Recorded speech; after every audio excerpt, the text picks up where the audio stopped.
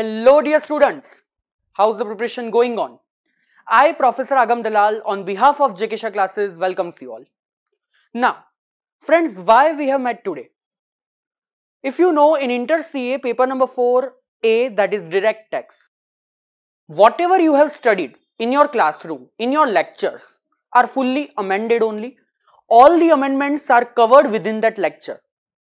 However, recently, ICAI has issued one statutory amendment PDF on your Board of Studies portal, which includes two amendments. In that, one is a one-liner amendment only. One is little big amendment that was not there in ICAI module. But recently ICAI has added in your syllabus, which will be applicable in your November 21 exams, which is now going to be held in December. Many students have asked me the query and I have said that you just continue reading whatever is there in the notes, whatever is there in JKSC notes, because this is totally a different amendment, which is not changing anything, which is just adding one more concept in your syllabus. Now, it is from the chapter Salaries. Okay. I have prepared one PDF over here covering some examples on this amendment and some easy words for this amendments, which you will get in this link itself of this YouTube video, which you can download it from this link. Now moving towards the amendment without wasting the time. There was a point you must have studied in the lectures. Let me go to the history before that. If you see, whenever an employer is contributing in recognized provident fund, that we can call it RPF, recognized provident fund, you know that up to 12% of the salary of employee, that amount will be exempt. So what is the exemption given? Up to 12% of the salary. And here, what is the meaning of the word salary? It is basic plus DA, which is percentage forming part of retirement benefit, plus commission, percentage of turnover. One more fund is there known as NPS, National Pension Scheme. You must be aware that even employer contribute in this National Pension Scheme also. Whatever employer contributes in this National Pension Scheme, as per 80 CCD subsection 2, first it has to be added in your income of salaries as a perquisite. But then, after gross total income, under section 80 CCD subsection 2, you get a deduction. And the deduction is up to 10% of your salary. And here what is the meaning of salary? Basic plus DA percentage. That's it. And if central government is your employer, then instead of 10%, exemption, that is deduction, will be 14% of the salary. Are you aware about this? Yes or no? Yes. One third fund is also there, superannuation fund. People, are you aware about this or not? Superannuation fund. Even employer contributes in this fund also. And what is the exemption available for that? Up to rupees 1,50,000 per annum. Now what was happening is, many big salaried persons who is having huge salary, lakhs and lakhs of rupees, they were taking more contribution in that RPF, NPF superannuation fund, claiming huge exemptions and huge deductions. Government was not in a favor to give such a huge exemption and deduction to them. And that's why what they said, keep these exemptions as it is. It will be as it is. No difference in it. No amendment in that. But as per section 17 clause 2, they said, now whosoever contribute in your RPF plus NPS plus superannuation fund combinedly, means let's say I am an employee, my employer is contributing in my recognized provident fund, he is also contributing in my national pension scheme, also contributing in superannuation fund. I have to see what is the total contribution that my employer is doing. Up to 7,50,000 per annum. If it is below 7,50,000 per annum, apply all the exemptions that you were getting earlier. Take the exemptions, balance will be taxable.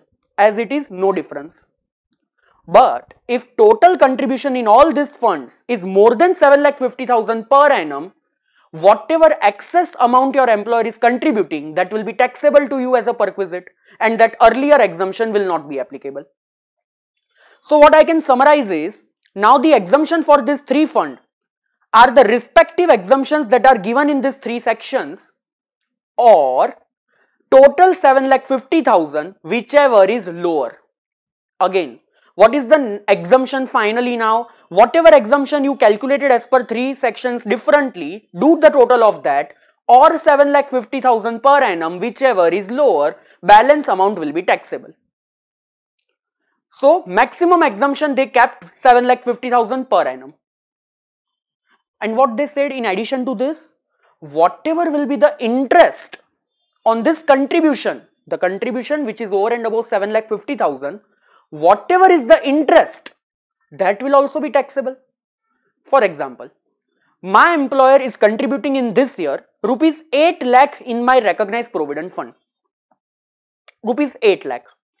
Can I say this is more than 7,50,000 per annum? Yes. So what exemption I will get? Up to 7,50,000. Balance 50,000 will be taxable to me. Now, in this entire year, on this 8 lakh rupees and whatever is the fund available in my RPF, I would be getting total interest. Let's say the fund available in my RPF in the beginning of the year is 30 lakh. In this year, I contributed 8 lakh, my employer also contributed 8 lakh. So total of the fund in the ending of the year will become 46 lakh. On this 46 lakh, can I say I will be getting interest? Now generally, so that interest is also exempt up to a particular limit, that is 9.5% per annum. However, government said this 50,000 employer contribution is taxable, na? So whatever is the interest belonging to this 50,000, that interest should also be taxable. It should not be exempt. So now one thing was pretty clear, that whatever contribution employer is doing over and above 7,50,000 in a year, that excess amount is taxable. But whatever is the interest belonging to that excess contribution, even that is also taxable. But the only question was how to identify how much interest belongs to this 50,000. How much interest belongs to this? Because the total interest that you get is on this 46 lakh, which is opening plus your own contribution plus employer contribution. And from that only on 50,000 rupees, whatever is the interest, that is taxable. And that's why now they have came up with a rule 3B. Rule 3B is issued by ICAI, that is issued by Income Tax Department through notification number that is given in your statutory amendment PDF, number 11 by 2021, dated 5th March 2021. On this date, they brought one new rule in this Income Tax Rules 1962, and that is Rule 3B. It gave a formula. Understand, by looking at this formula, it seems that it is difficult, but it is not. It is very easy. Let me go slowly, step by step, and we'll do one example through which it will be crystal clear. What is Rule 3B? It says that how much will be your taxable interest? It will be the amount of contribution which is taxable during the year. Do divide by 2, so it will be average. Multiply the rate of interest plus, in earlier years also this should have been taxable, na? So how much was taxable up to last year? How much was interest taxable on that up to last year? On that also you would have got interest in this year. So divide by rate of interest. Again. What is the formula? TP is equal to PC divided by 2 into R plus PC1 plus TP1 into R. Now let me tell you, by the way, this amendment of 7,50,000 and the interest component on that and all, Rule 3B, that all is with effect from previous year 2021. So that is applicable for your attempt, and that's why we are looking at this amendment. Whatever is the amount of contribution prior to previous year 2021, that was not taxable. From previous year 2021, this 7,50,000 wala rule is applicable. Now here, what is the meaning of TP in the formula? It is taxable perquisite under section 17 clause 2. That is taxable interest component for the previous year. See, that 50,000 of excess contribution that we already did, that is taxable. Here what TP means, the interest component which is applicable on that excess contribution. What does PC means over here? PC means amount in excess of 7,50,000 as contribution of employer. Please mind well, it is for this year. So in my example, 50,000 was the amount which was in excess of 7,50,000 for this year. So here PC will means 50,000. Divide by 2, multiply by R. R we'll see later on. What over here PC1 means? PC1 means amount in excess of 7,50,000 as employer contribution in all the years after 1st April 2020 up to starting of the year. What they said, after 1st April 20 up to starting of the previous year. Now you may get confused that sir, for us previous year is 2021. So after 1st April 20 but before starting of the previous year, how it is possible? Not possible. So for previous year 2021, PC1 and TP1 is not there because prior to this year that was not taxable only, na? This rule was not applicable. So sir, why it is there in the formula? Array, for previous year 2021, 21, 22 onwards.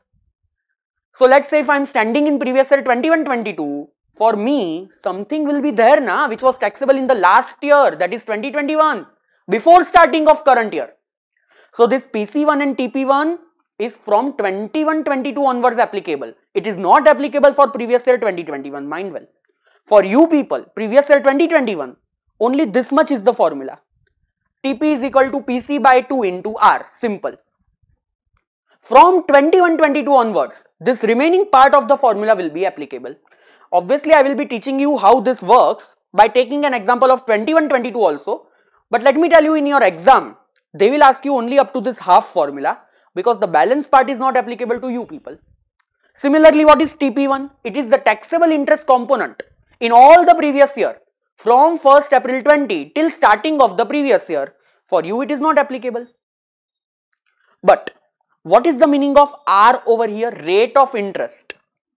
Average rate of interest. What I said? Average rate of interest. That means interest of the year, what you got on this provident fund, divide by FAVG. That is what formula says. It means interest divided by average of opening and closing balance of all the funds for which you got the interest. Average interest. Now I have written some easy process in the easy words. First of all, you have to identify whether employer contribution in RPF plus NPS plus superannuation fund is exceeding 7,50,000 per annum. If no, then don't think further. No further calculation applicable. If the main contribution is not taxable, why the interest will be taxable? But if this total of this three fund employer contribution is more than 7,50,000 per annum, then yes, that excess amount is taxable. And on that whatever interest component is there, it is also taxable. So now we'll start the process. First we'll identify the word PC. PC means what? Whatever is the contribution over and above 7,50,000, that we already found. Now identify how much total interest is given for this year and decide what is the rate of interest by applying interest divided by average opening and closing balance of the fund. That will be rate of interest. Now, based on that, apply the things in the formula and you will get the taxable interest component. I have drafted one example which will be very helpful to understand this entire provision, and if ICI is gonna ask you something on this point, which is having very high chances, then definitely it will be surrounded by this kind of example only. Mr. X getting basic salary of rupees 5 lakh per month and 10% DA. So this 10% is what? 10% of basic salary. Tell me how much total salary I am receiving during the year. Can I say 5 lakh plus 10%, that is total 5,50,000 per month. And if I do the yearly calculation, then it will become 66 lakh. My salary for the year is 66 lakh, that is basic plus DA. Now, he contributes in his RPF 12% of basic plus DA. So, whatever is the total in the year for basic plus DA, of that 12% he contributes in his RPF. So, tell me how much he contributes as employee contribution in RPF account. Can I say 66 lakh into 12%, that will be 7,92,000. And what I have written? The similar contribution is done by employer also. So his own contribution, that is employee contribution, is 7,92,000. Employer contribution is also what? 7,92,000. People, are you clear up to now? Okay. Now, opening balance on 1st April 2020, that is opening balance for the previous year in this RPF account is 12 lakh rupees. Closing balance is 30,06,720. See, opening balance I have given 12 lakh. Now, can I say during the year I would have contributed 7,92,000. My employer has also contributed 7,92,000. So, if I do the total 12 lakh plus 7,92,000 plus 7,92,000, it becomes 27,84,000. But how much closing balance I have given? 30,06,720. What it means? It means 2,22,720, that is the balancing figure, is the interest that is credited to your RPF account. Don't you think so? See, salary 66 lakh, my contribution 7,92,000, my employer also contributed 7,92,000. So the balancing figure, that is opening plus my contribution plus employer contribution minus closing balance, that is the total interest that I got, 2,22,720. Okay. Now understand first of all, how much my employer contributed in my RPF? 7,92,000. More than 7,50,000 per annum. So that balance 42,000 is the taxable perquisite. It will be added to my perquisite. This is taxable. 42,000 is taxable. But whatever is the interest component on this 42,000, even that is also taxable. But how to find out how much is the interest on that? For that, let us use the formula. TP is equal to PC divided by 2 into R plus PC1 plus TP1 into R. As I have said in previous year 2021 calculation, this second part will not be applicable. So for us, TP will be what? PC divided by 2 into R. Simple. How much is the PC? PC means current year taxable perquisite. That is 42,000 we already found. Now let us find out R. R means simple, interest amount divided by average of opening and closing balance of the fund. Interest amount we already found, 2,22,720, balancing figure, divide by opening plus closing divided by 2, that will be average balance of RPF. So it will be 12 lakh plus 30,06,720, opening plus closing, divide by 2, that will be average balance, that is what? 21,03,360. Interest divided by average balance. So what is the percentage, effective percentage of interest? 10.59% approx. You can go up to 4 decimals also. It is okay if you go up to 2 decimal. 10.59%. Now there is nothing called PC1 in this case, because up to earlier previous year nothing was taxable. This rule was not operative. There is nothing called TP1, that is interest component was also not taxable. So that's why what will be current year interest component which is taxable? TP is equal to PC divided by 2 into R. PC is what? 42,000 divided by 2 multiply by 10.59%, that is effective rate of interest which we found, which is coming to 2,223.9, approximately 2,224. Means during the year 42,000 rupees of employer contribution is taxable. On that, how much interest is there? 2,224 rupees, even that is also taxable. So my final taxable perquisite for this will become 42,000 plus 2,224, that will be 44,224 rupees. Are you understanding this, people? Yes or no? Only this much will be asked in your exam, but let me explain you now the full formula. Because from 21-22 it's still applicable. So what's wrong in learning that part? Now let's say in the next previous year, 21-22, what will be opening balance of RPF? What was closing balance? That is 30,06,750. And let's assume closing balance of RPF for 21-22 is 50,49,792. Let's assume employee contribute the same amount 7,92,000, employer contribute the same amount 7,92,000, all the things are same.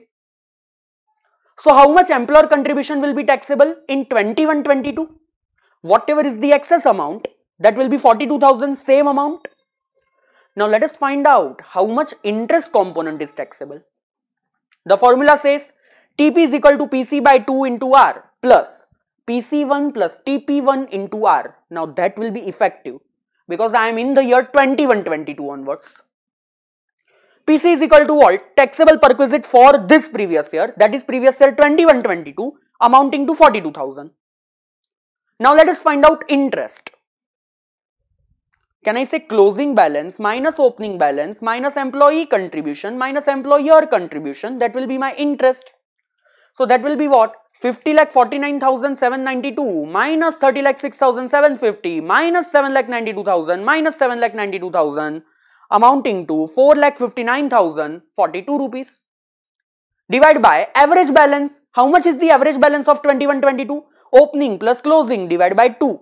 That is around 40,28,271.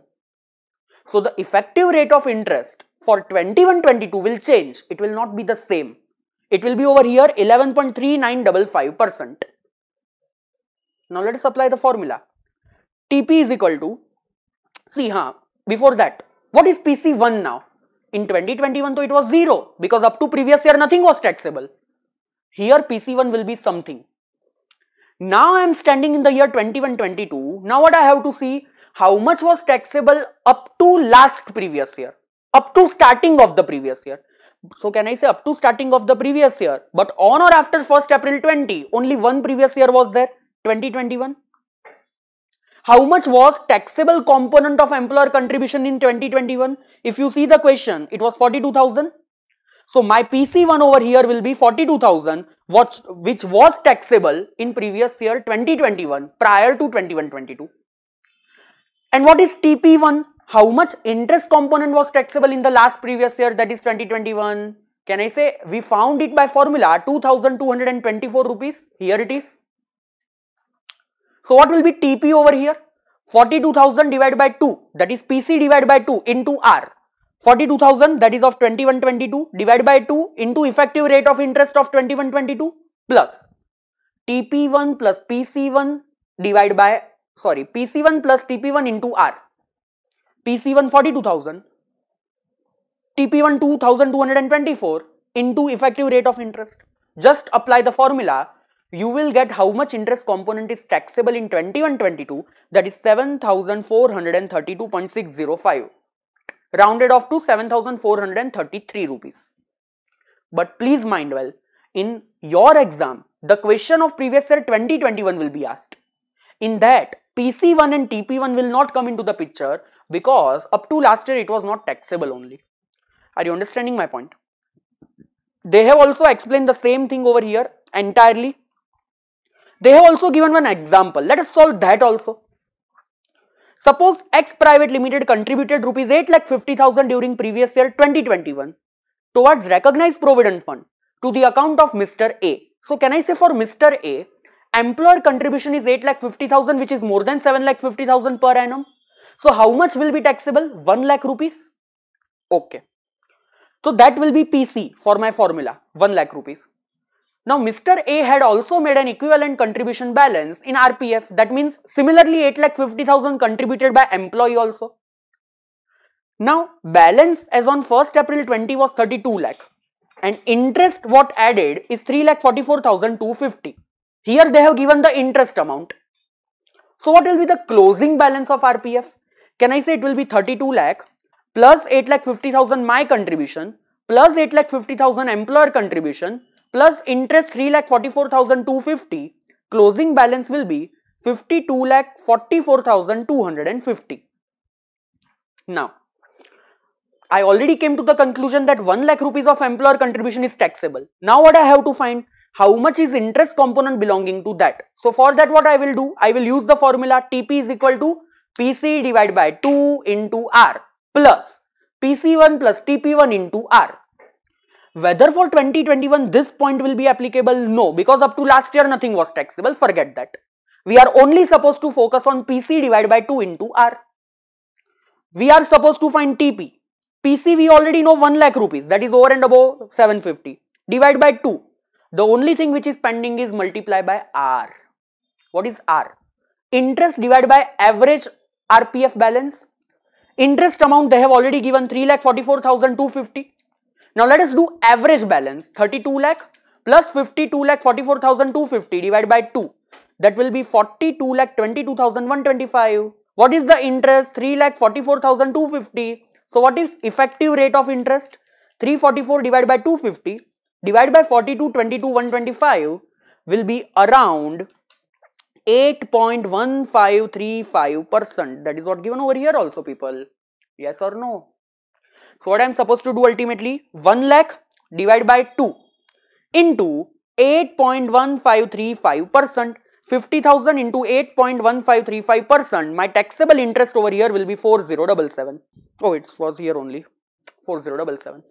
Are you understanding this, people? Yes or no? So that is the amendment. If you see, it is not that difficult also. One time you understood it, now you will remember for lifetime. But don't forget to do average. Here, while calculating effective rate of interest, the only thing that you may forget in your exam also, and that is to do the average of the balance and then to find out what is effective rate of interest. Don't forget it. And the last point which they have added as an amendment, see, there is a provision in section 139AA. First of all, what is 139AA? You must have learned this section in assessment procedure chapter. Assessment procedure, section 139(1) onwards. In assessment procedure, there is a section 139AA, quoting Aadhaar number. In each and every return of income, in PAN card application, you have to quote your Aadhaar number. And those assessee who are already having permanent account number, they have to link their PAN with Aadhaar number. If you fail to link the same, your PAN number will be made inoperative. There was a provision. Now, timely they are extending this date of making it inoperative. They are extending because still many people are left out and they can't punish many people at once. And that's why up to now the due date was 31st March 2021. That if you will not link your PAN with Aadhaar up to 31st March 21, then after your PAN will be inoperative. Now this date is extended for further 6 months and now the date is 30th June 2021. So if up to 30th June 2021 you are doing linkage, it will be totally okay. After that, we will make it inoperative. Let me tell you, even this date is also extended now. But for you people, what you have to remember? 30th June 21. Because then after what amendment came, not there in your syllabus. So that are 2 statutory updates only. Again, I am saying this. Whatever you have studied in your classroom is totally amended lectures for November 21 students. Whatever lectures we have given to you in your respected batches, in your live batches, everything was amended. Just 2 amendments which are newly incorporated and that I just gave you as the video. Now you are there with the totally amended direct text. Go and prepare well, score well. Thank you so much guys, all the best for your examination.